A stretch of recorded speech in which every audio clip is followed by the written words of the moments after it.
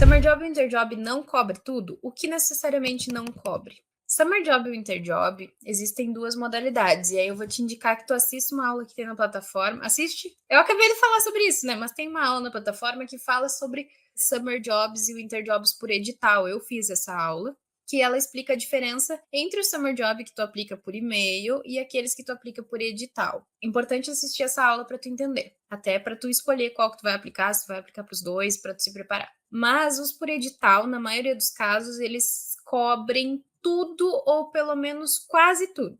Mais importante que isso, aqueles que são por edital, eles falam o que eles cobrem. Então, no edital já diz, tipo, vai cobrir tais custos ou vai dar uma bolsa de tanto dinheiro para os estudantes. Enfim, vai ter ali por escrito, então tu não tenha dúvida. Tu sabe exatamente o que aquilo vai cobrir. Já o Summer Job, que é até, tipo assim, mais tranquilo de aplicar, que é por cold mail, que ele é baseado na construção de um networking, que é o principal que a gente fala aqui dentro. E quando tu assistir essa aula que eu indiquei, tu vai entender o porquê que a gente fala tanto sobre ele aqui, porque na verdade ele tem menos concorrência, a maioria das pessoas não sabem que existe, tu meio que cria a tua própria vaga. Nessa aplicação vai depender do professor, vai depender da boa vontade do professor, vai depender da tua negociação, da tua habilidade de negociação, vai depender se o professor tá tendo verba naquele ano ou não, vai depender se o professor... Vai depender,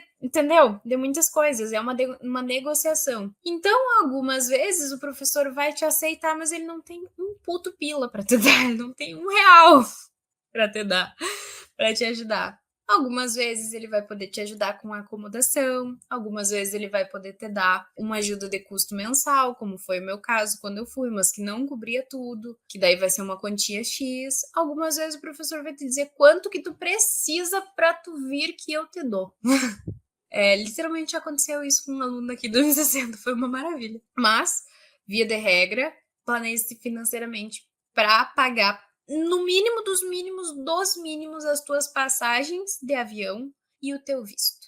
Isso com certeza vai ser tu que vai pagar, porque o professor nunca paga, a não ser que seja aqueles Summer Jobs e Winter Jobs por edital, como eu falei, que esses, na maioria dos casos, eles cobrem até as passagens, tipo, o Mitax cobra as passagens, cobre as passagens. Aquele Summer Job do Japão, que eu já mostrei para vocês, o OIST, cobre passagens também. Então, tipo assim, se já tá falando ali que cobre, tu não precisa se planejar para pagar. Mas as outras coisas, na maioria dos outros casos, tu vai precisar pagar tuas passagens e o teu visto no mínimo dos mínimos.